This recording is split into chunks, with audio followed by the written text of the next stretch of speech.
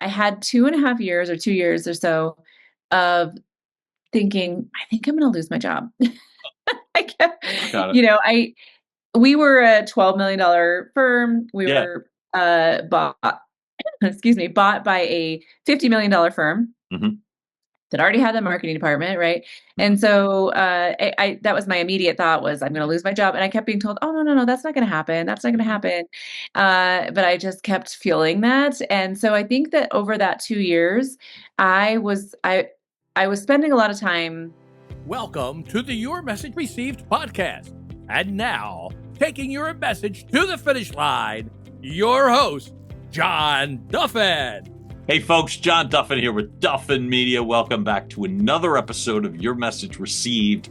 Your Message Received is the home, the place, the platform to help you find your most true, best business voice, your authentic business voice, or maybe just your authentic voice.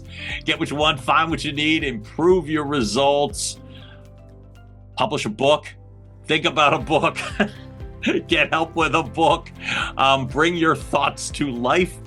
I have a strong feeling that topic will come up today because we have a guest that happens to be on the show today who walks the walk. Her name is Kelly Schuknecht, and Kelly and I have a common thread, which is the Podmatch platform. And I always shout out Alex. I always shout Alex Sanfilippo out because this is where I get to find great people. Kelly is one of those people. Kelly, welcome to the show. Thank you, John. And I agree. Alex is fantastic. I met him at the Podcast Movement Conference a few months ago. Yes. I love it. All right, I'll get all weird and gossipy. We'll hold that thought for a moment. I'd rather get to know you.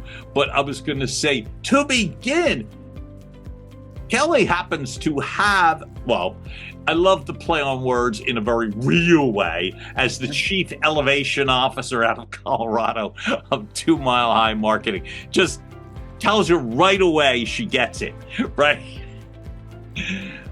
Thought leader, publisher, helps others bring their thoughts, books, vision to life. Seriously successful entrepreneur, has scaled revenue from $3 to $7 million, has appeared on the Inc. 5000 list 4 years in a row, and happens to have the reputation of the Denver Business Journal's fastest growing publisher. And with all of that being said, with over 17 years of experience, I like the fact that there is a high level of service that is involved in your service.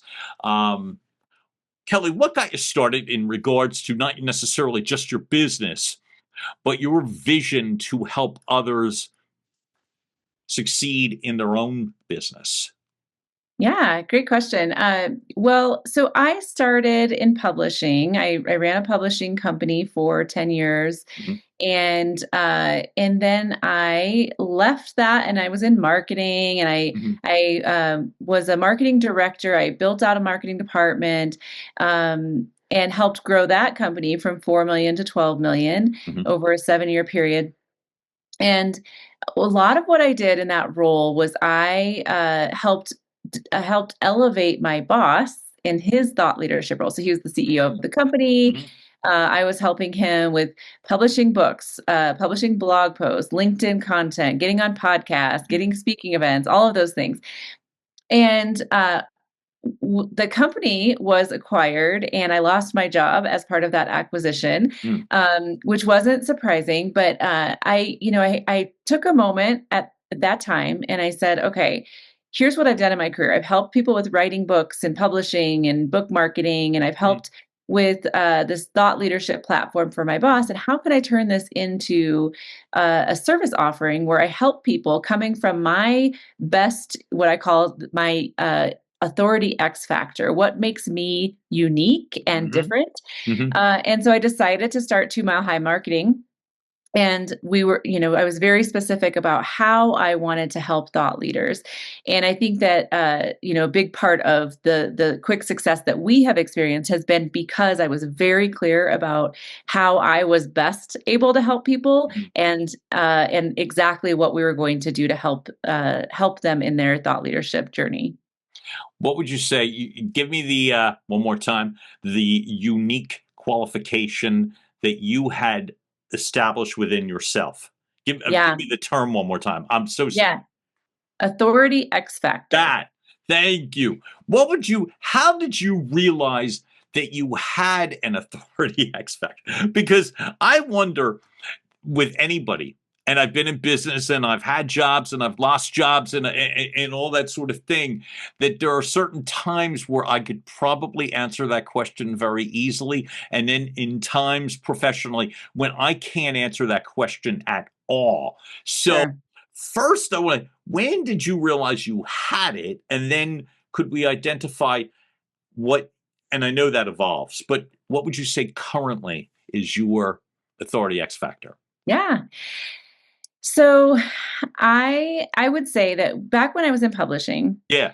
I had this moment where I realized that people were coming to me and saying things like, well, in fact, anytime I mentioned that I worked at this publishing company, Mhm. people would go, "Oh, I've always wanted to write a book," right? And so Oh, over time, I here, would Kelly, notice, wait. Here, I'm writing a book. Here you go. yeah, yeah, My sister's a published author, and she says it's almost relentless that yes, everyone wants to sit and hand what some dusty, dirty notebook and like, oh, here you go, fix it.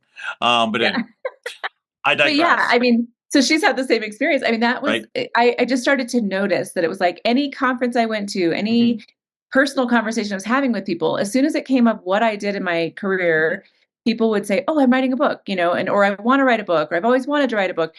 And so that stood out to me, right? Already. Like I already knew that people just associated me with this dream that they had of getting their book published.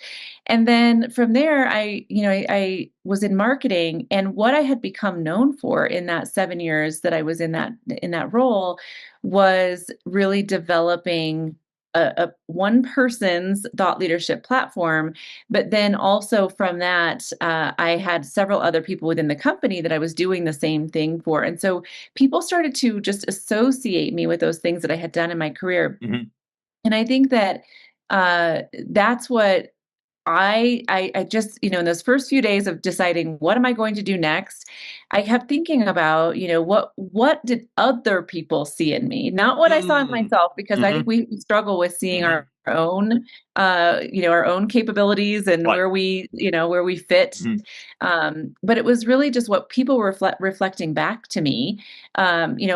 Really, really soon after I started my company, somebody reached out to me and asked me if I could help them write a book. And I said, "Yeah, I can help you with that." Right. I don't do ghostwriting anymore, but I have writers on my team. And so Sure. I Right. said, "Sure, yeah, I can do that." And so, we quickly got started on that. And so, yeah, I think that for me, my unique authority X factor, I don't have it written in front of me, so I'm just going to No, say what I comes to understand. mind. But Sure. to me, it's helping people take their stories and gain visibility, uh, with their target audience, right? So taking that story and Mhm. connecting with their target audience in a way that helps them build their own thought leadership platform. So thank you. And because to me, it is, oh, guess what? I'm one more of these goofs. I'm writing a book. So everybody has thought about. But what I find really compelling is anybody who can help someone get to the finish line. I think there's something very cool about it. And not to sound too fawning here, but I was going to say, and help somebody do something with it, because then you go with the legion of books that go nowhere. And so that's the sort of thing that I'm always interested in. You brought up just a moment ago when you were talking about the marketing side of things like this. I wanted to ask you, um, in terms of your skill set, when you were working for other people, before you jumped on your own and took the lead, the marketing side which I came from. I'm more would be defined more of sales and sales management is what I did. Marketing is such a fun and vague term. What were some of the things that you actually did? The concrete things that were part of the marketing dynamic that made you successful and made you you? So that's a great question. A lot of people will say to me or have said to me, oh, you're in marketing, you're creative. Mm-hmm. People have this idea that marketing people are creative people, and Right? and there may be some aspect of me that's creative, but I am not. Mm-hmm. I am not a designer. I Mm-hmm. am not a. I'm not necessarily a creative person. Mm-hmm. What I am is somebody who can take somebody's vision and I can say, okay, here are the Mm-hmm. tactical things that we need to do to hit that goal, right? So, as an employee in a company, my role in marketing was taking my boss's vision of here's where we want to get, and I would say, okay, in order to get there, we need to be putting out a blog post every week. We need to be putting out a newsletter. We need to be, so I created kind of the tactical approaches in marketing. So not necessarily, I wasn't designing things. I hired somebody to do the design, but I would tell the team, Mm-hmm. here's what we need to do every week, every month, every quarter, Mm-hmm. in order to generate the leads that we need in order to hit our goals. So for me, it was that taking my boss's ideas, taking his. I would get him on podcasts, for Mm-hmm. example. So I'd get him on podcasts, which would help build awareness for his business, and then I would take those podcast episodes and I would turn those into articles or blog posts, and then we could use that content in different ways. And then from there, we were also doing social media posts and things with the podcast content. And from there, I hired people. So I built out a team. I was the very first marketing person on the team. And then I built out a team of 7 people who were all had their different kind of areas. But so those were the things that we were doing for him: podcast interviews, blog posts, getting him speaking events, promoting those speaking events on social media. So people were seeing him as the person who was going out and doing those things. We were putting out a newsletter. We were capturing the leads that we were getting. Mm-hmm. So all of those things are marketing, right? But it's not what people think of. Just I'm the creative person. It was more of the marketing operations and the strategic, tactical things that we need to be doing. I love that. I think it's really important to define those things because a fair amount of my audience has their own businesses, and that sense of overwhelm that people can feel. So whether it's understanding all of the things that are involved in the marketing, and you also as a podcast host and running a company, that there's so many different levels. But then the other part too is sometimes it's you don't know what you don't know.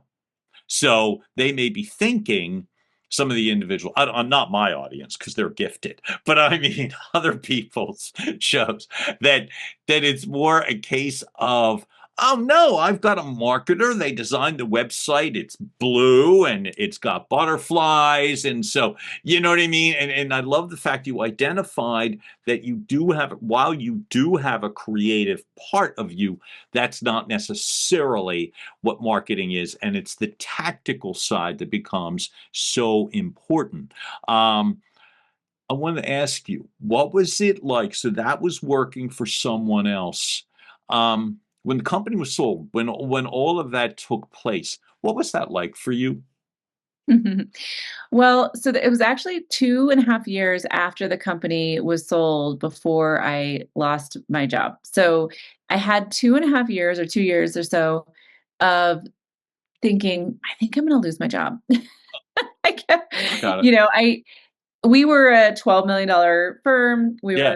were bought, excuse me, bought by a $50 million firm Hmm. that already had the marketing department, right? And so I that was my immediate thought was I'm going to lose my job, and I kept being told, oh no, that's not going to happen, that's not going to happen. But I just kept feeling that, and so I think that over that 2 years, I was I I was spending a lot of time dreaming about what was next. And Okay. I was fortunate in that because it wasn't a shock when I lost my job. It was more that that time finally came, right? Like it was like, oh, okay, there it is, right? But I had 2 years I had already created the business name. I had already started a website. I didn't know exactly what I was going to be doing, but I had started thinking about those things. And Mhm. so I was fortunate that I had that kind of runway to be, to get over the shock of like, what do I do next? Like I had already been thinking about it.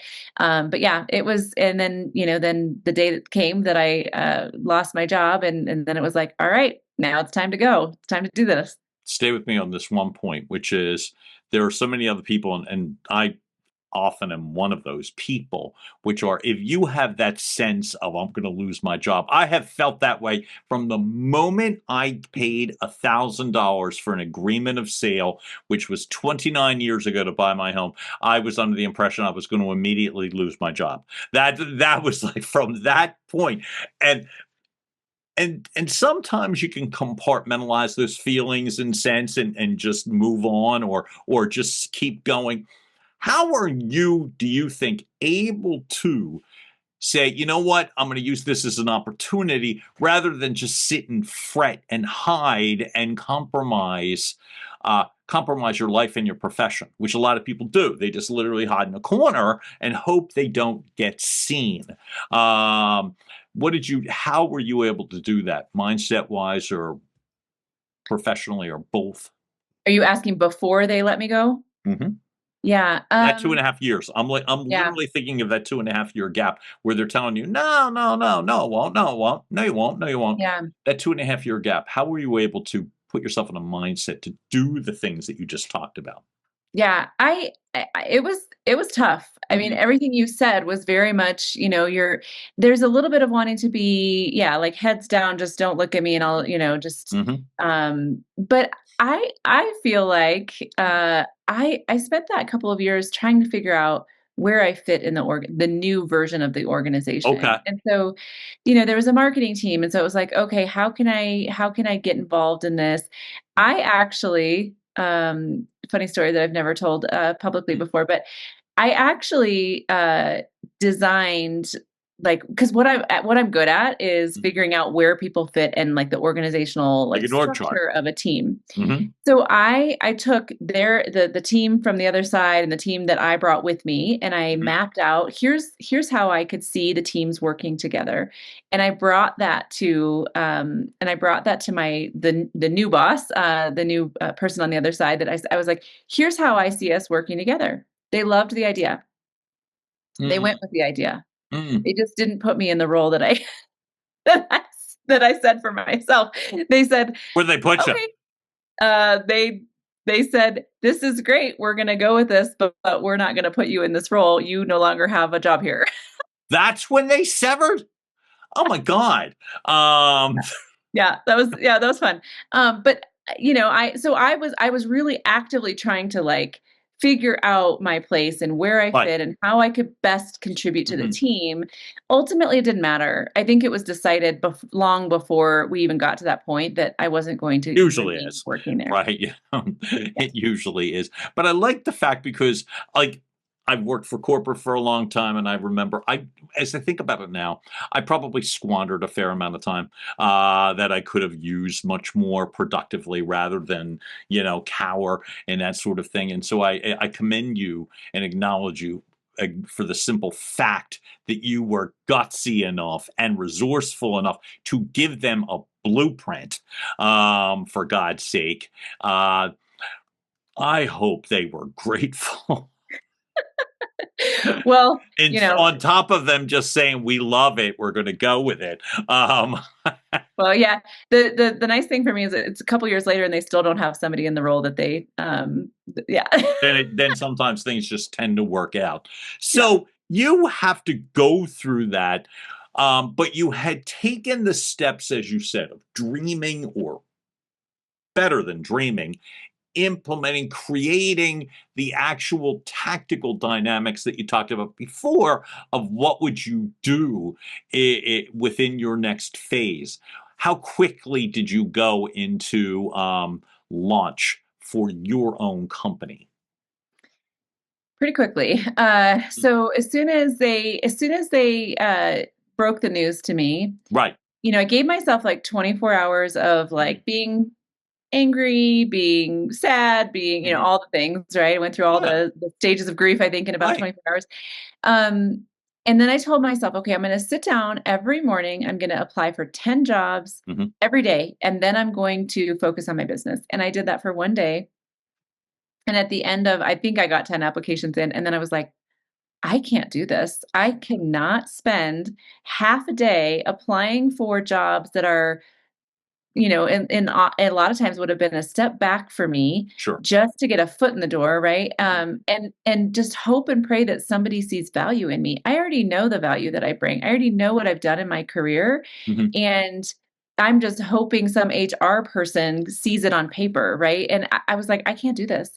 And so but Wow. that was on a Friday. By Monday, I said, I'm full steam ahead. I'm starting this business, and this is what I'm going to do. I can't believe all of this occurred in well, we're going to take the day to grieve, and then within 24 hours, now I'm applying for 10 jobs, and now I've made the decision. So we're looking at roughly 48 hours.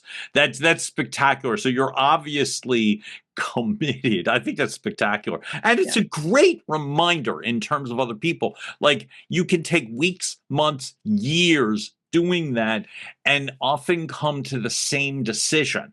So when you think about the fact that you were able to accelerate this and just make this go, do you remember what was the first thing you did when it's like, you know what, I can't do this anymore.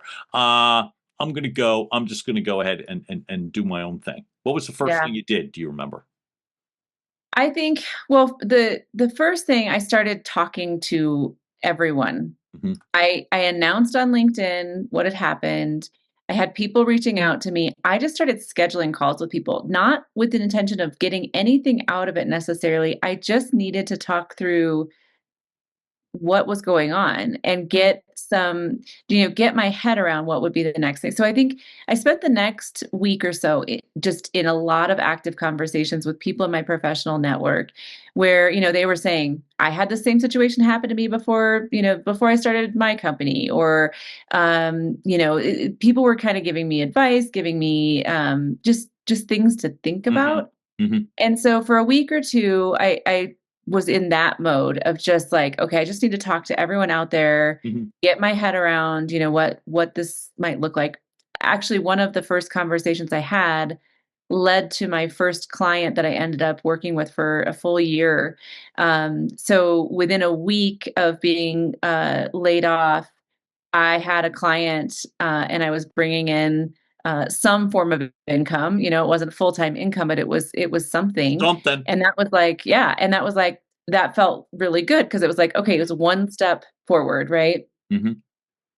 And then each conversation just led me to another decision, another. I think the best thing I did at that time was I made decisions quickly. Were they all perfect decisions? Mhm. No, Mhm.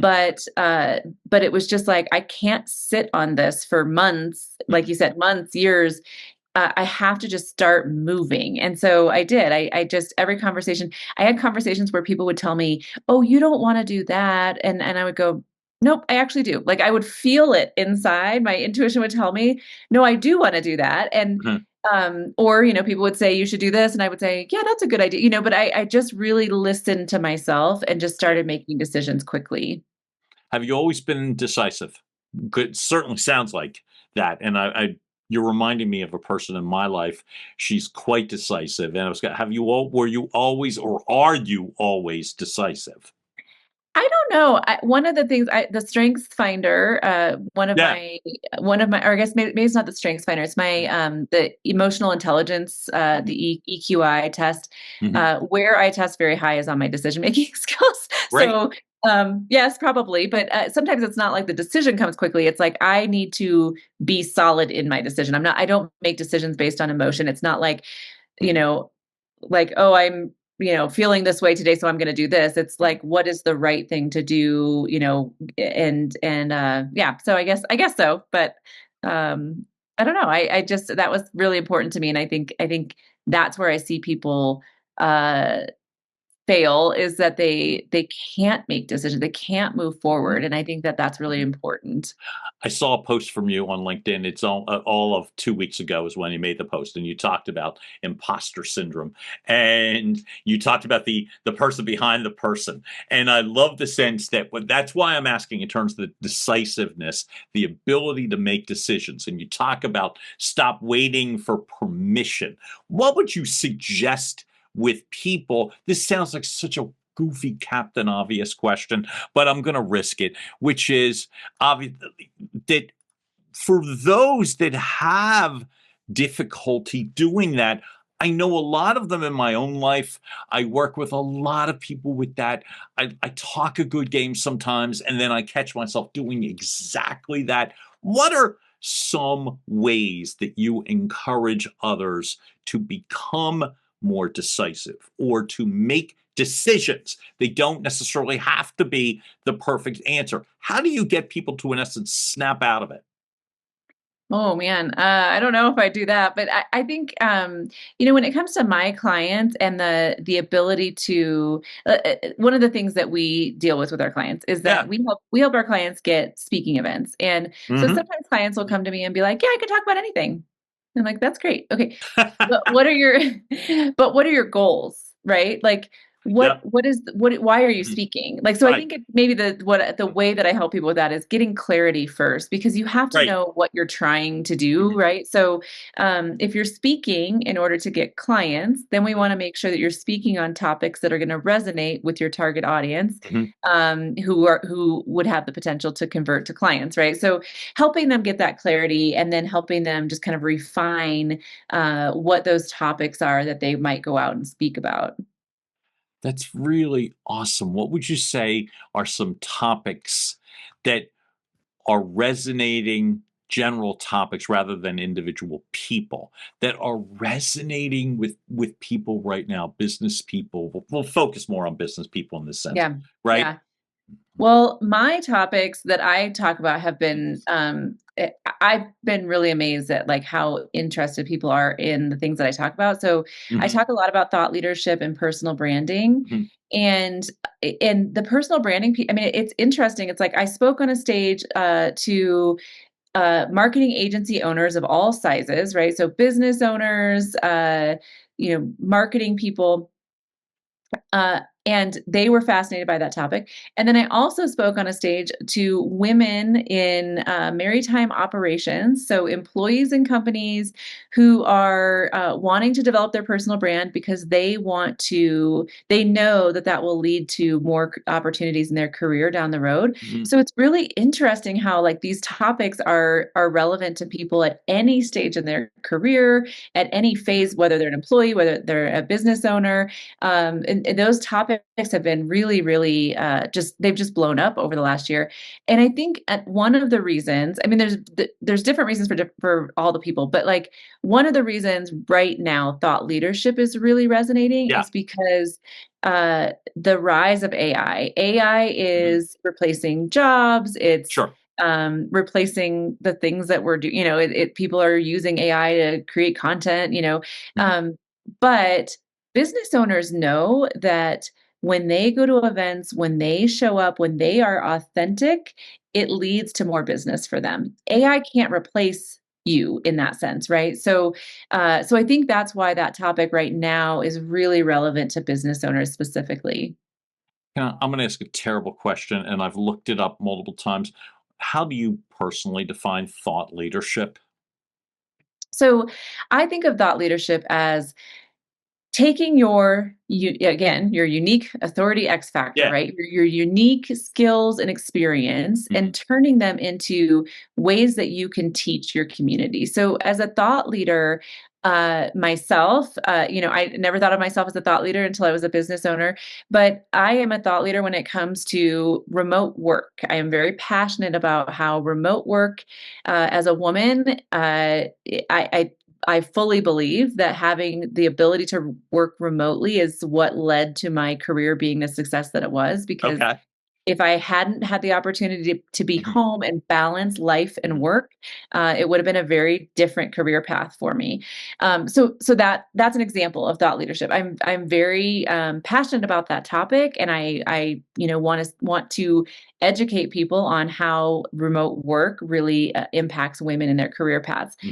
Also, the topics I talked about, personal branding and thought leadership. I talk a lot about those topics. I go out and I speak on those topics and teach people how to develop their own thought leadership platform, how to develop their personal brand, right? That's me being a thought leader and teaching people how to do things. I'm not doing it. I'm not going out going, here's what I do in my business and, buy my services. I'm going out and saying, here's how you can build your personal brand, right? And it's about what I'm teaching to people. It's about how I'm educating them and them taking something away from that. And then that thought leadership often does lead to opportunities in your business and potential clients and things like that. But that's not the purpose in what you're doing. You're really trying to help people and educate people through what you are able to teach. So that I really wanted to clarify that, because I think of terms. This is not agree or disagree, but I think of terms, again, when we talked about marketing earlier and thought leadership, that are really difficult. They're not difficult to understand, but because they're so vague and they're defined in so many different ways that sometimes it's hard to get your arm around what you're supposed to do with them. But I love the way that, if I heard you correctly, that with thought leadership, more in the sense that it's you are bringing to others, and you focus on women in a lot, like the ability to be able to understand your success, the strategies behind your success. Working remotely was one of the examples. So thought leadership is, in essence, creating blueprints that others, tactical, if you will, of ways of, this is specifically how this has worked for me and how it could possibly work for you. Yeah. Okay. See, I find that it's a really generous perspective. It was one of the things that I was asking in the beginning, the sense that you're not telling people what to do. And I come from a life, actually, some lessons learned the very hard way, where it was like, I tend to follow suggestions more than orders, just for me. So I like the fact that it's that you come at it with almost like a program of suggestion. And I think that's really, really, really cool. And so I would imagine that's why people are coming up to you so often in terms of how it resonates. Let me ask you, how did you extend this blueprint, if you will, in terms of creating your own podcast? Yeah. So one of the first things I wanted to do when I started my business was to have a podcast. Why? Not necessarily for lead gen, not Right. necessarily for bringing in leads for the business, but Mhm. more so to position myself as the person who is a thought leader in the space. Mhm. So Mhm. how do you do that, right? Mhm. Like, so for me, it was I have a heart for women in the workplace. So Mhm. my podcast is Beyond the Bestseller, and Yep. I focus on female authors of nonfiction books. Nonfiction being typically Mhm. professional type books, personal development type books, those kinds of Mhm. things. So I am not doing that podcast to get clients, as a lot Mhm. of podcasts are kind of designed that way. But Right. what I wanted was to be having these conversations with women. It Mhm. helps elevate them. It helps get the word out about their books. It also helps me create content around the things that we're talking about. So Mm. as I'm talking with these women about the books that they have, Mhm. I have LinkedIn posts that I can share. I'm building my YouTube following. I'm building my Yep. TikTok following. So all of those things are helping me attract my target audience potentially. So I'll tell you, John, one of my maybe errors in my we talked about, like, you make mistakes in business, right? Everybody does. When you make decisions quickly, sometimes Right. you make the wrong decisions. And I don't know that my podcast was the wrong decision, but Mhm. one of the things that I have seen from my podcast is that what I attract is female business owners who are solopreneurs who can't actually afford the services that I provide. And so my solution to that is I'm creating a course and a book around how to develop your personal brand, because I want to be able to help these women to be able to develop their own personal brand, their own Mhm. thought leadership platform when they have a limited budget. And so that's kind of the next phase of what I'm doing in 2026 is I'm launching this course and this book Mhm. to help these women. So wasn't necessarily an error in what I did, but it wasn't attracting my target client. It was attracting a different audience Mhm. as I was really intending to create content for my business. Yeah, but no decision ultimately is a. I mean, every decision ultimately leads to something I've learned, which is it leads typically to something good. May not be what you intended. I like that. I like the fact that, and we talked about before we went live, of such a diverse range that you're focusing on female authors, but it's a very diverse range of the type of topics. And so I would imagine as a thought leader, that has to help you as well too, in terms of breadth of knowledge. We both have interviewed someone who I'm a big fan of, and I'm laughing with her. Victoria Pelletier is somebody who I loved her energy and her expertise. But I just found that she's terrific, and she makes for a really engaging, fun conversation. And then just very recently, you interviewed Erica Bonham, and of a very heavy series of topics in that regard. Does that diversity in regards to the authors that you choose, does that help you in regards to an overall sense of, again, being able to feel more well-rounded in that thought leadership role that you excel in? Yeah, I think so. I've always been a fan of personal development books. Like that is just my go-to Mhm, genre. I mhm. love that type of book. So to me, there's so much to learn, and I think maybe that was maybe my secret reason for this I passion love it. project, Yeah. is that I love those kind of books, and I want to help people become a better version of Mhm. themselves. And so, what better way than learning from these types of books that women are writing? And you mentioned Victoria. Her book is on personal branding, so Right. uh, we're aligned in topics as Mhm. well. But yeah, so the topics are diverse. I've had some guests on where I now look back and say, that maybe probably wasn't the best fit because, Mhm. if it's a memoir, for example, it's not necessarily personal development. Sometimes those can be, questionable. But I've had some guests on where I realized later that maybe that wasn't the best fit. So now I'm getting better and better at just honing in on like what are Mhm. the topics that are really where I want to go with it is what are the topics that are most relevant to women in the workplace, to women professionals. It doesn't have to Got be it. women, to professionals in general. And that way I'm getting Mhm. more and more specific with the content that we're putting out there, the topics that people can learn from. So yes, there's currently a range, but I think I would say the majority of the books we've had on, 80% or so, Mhm. are kind of those professional development type books. What are some of, just because I'm a fan of them too. So I like, you know, the Robbins family, I'm saying very sarcastically. Mel Robbins, Tony Robbins. Like I'm Lewis Howes, he's not part of the Robbins family, but I'm gonna say that Brenda Burchard, they're some of mine. Who are some of your go-tos in terms of self-help that you're Yeah. a fan of? Yeah. So I had on one of my early episodes, Dr. Lois Frankel. Okay. Her book is Nice Girls Don't Get the Corner Office. And then she actually had a revised version of it. That's what we talked about was the Nice Girls Still Don't Get the Corner Office. I love it. Yes, and that has been a very popular episode because she is a longtime businesswoman who is a corporate speaker. She was actually one of my first guests that I had on that I went, oh, I think I proactively reached out to some people to be on it, but I didn't realize like how big of a name that she was. I hadn't heard of her before, but I realized that she was a bigger name than I thought. Um, Fantastic book. I read the whole thing. It's really just really resonates for women professionals, especially in corporate workplaces. Just some of the things to be thinking about as a woman in the workplace. Um, some of the other earlier guests, or at least one that I am remembering, Sandy Gerber.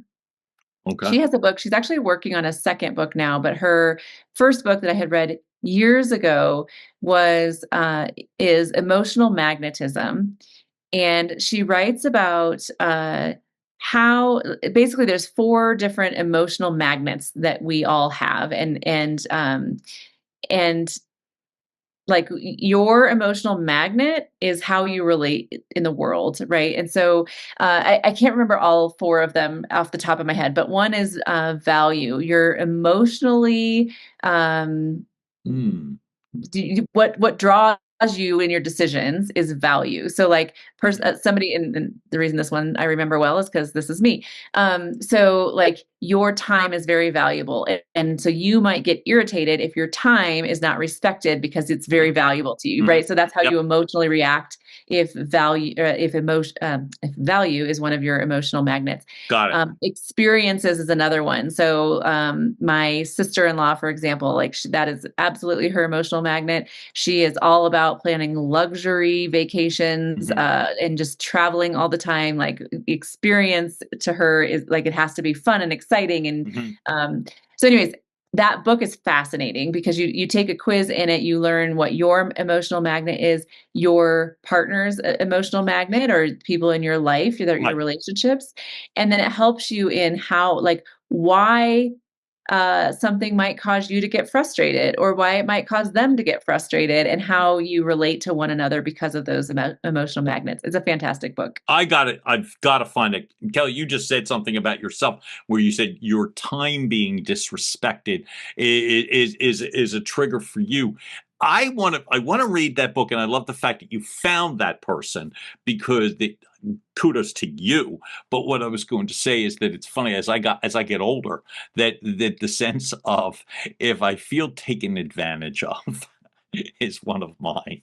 Um, where or if I feel that I've become a dumping ground Mhm. for someone's emotions or situations. I that has intensified as time has gone on. So I think what's fascinating, and this is why, like, I keep coming back to the tactical strengths that you have rather than just are you creative? We said in the very beginning, I think are so important because I think you solve things when you know that.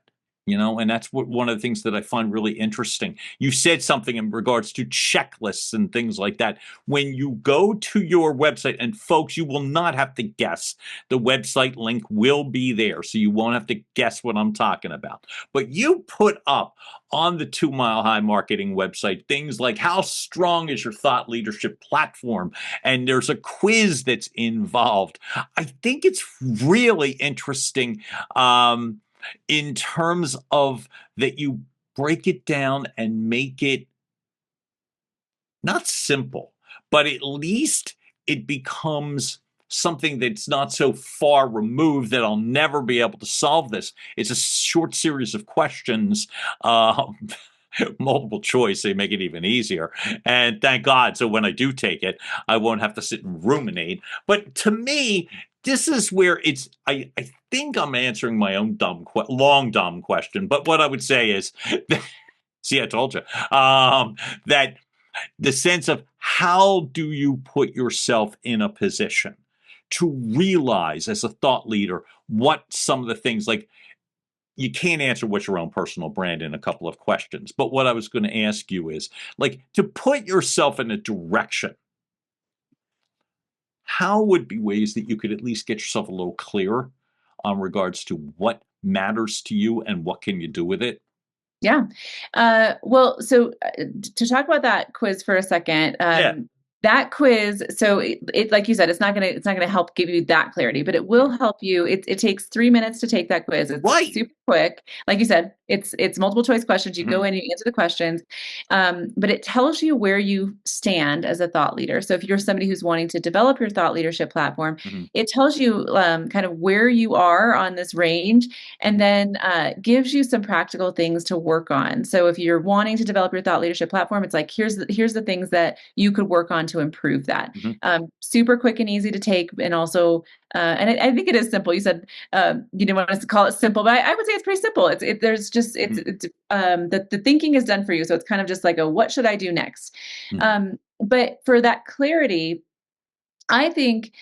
I mentioned that when I was first deciding what to do next or what to do first in my business, I had a lot of conversations with people. And Yeah. I think that if you're not sure, um, if you're not really like, if you don't have that clarity around who you are, what your strengths are, what your experience has led you to, I think that one of the ways you can get that clarity is by asking the people around you, what do you think about me? How do you think I'm best able to help? Even this conversation I'm having with you, John, you mentioned that one of my skills is problem solving and decision Yes. making, right? Like you've clarified those two things for me where I'm like, you're right. Actually, those are good, right? I mean, I'm pretty clear on who I am, right? But those just the way that other people perceive you often helps you understand yourself better. So ask the people in your life, ask them, you take for granted your own knowledge, but ask them, like, if you were to come to me for advice for something, what would it be? Right? What would you be asking? Like, what would be around? What's the type of advice that you might ask me? And that might help, might help you get some clarity on some of the things that you might start developing content around, maybe developing a speaking topic around, maybe write a book on, whatever those things are. I love it. Kelly, before I acknowledge you properly, I know that you are involved in promoting, leading an event that's happening early in 2026. Folks, if you're listening, watching to this podcast in real time when it's published, then there would still be time. But talk to me about Flow, please. Yeah, so this is my very first writing retreat for women. So I'm really excited about it. We are going to Nicaragua the second week in January. And the purpose is for people to get away from the day-to-day, because that is what holds us back the most from sitting down and writing our book. So I really wanted to design this experience for people where we get away from the day-to-day. A lot of the focus is on writing, but there's a group of women there who, there's going to be some bonding time. There's going to be some, we're going to do a little excursion into town for shopping, and there's lots of fun stuff we're going to do, but a lot of the focus is on having time to write and reflect. So that's our first one. We're hoping to do a second one in the fall in Colorado, so stay tuned for that. It's very exciting. Kelly Schuknecht, your energy's fantastic, and I'll keep repeating the fact that there's legitimate steps that are not overwhelming in terms of either building a brand or getting you closer to writing and finishing that book, or becoming a better business person, right? Or a better person. I'm honored that you showed up for me today. I really appreciate it. You made this very fun and extremely insightful. So thank you very much. Thank you, John. Thanks for having me on. 1000%. And folks, you're going to see the links. Like I said, Kelly's website will be there. The YouTube channel will be there. And so you'll have the links that we've been referencing, the social media and all that stuff will all be there as well, too. I'm honored. So again, thanks for showing up for me. You were great. Thank you. And folks, you've just heard another episode of Your Message Received. Keep liking, watching, sharing, telling your friends and family, and we'll keep driving more content through your front door. John Duffin here with Duffin Media. Have a great rest of the day, folks, and we will talk soon. Be well. Bye. And now, making its way across the finish line, Your Message Received has been a production of Duffin Media.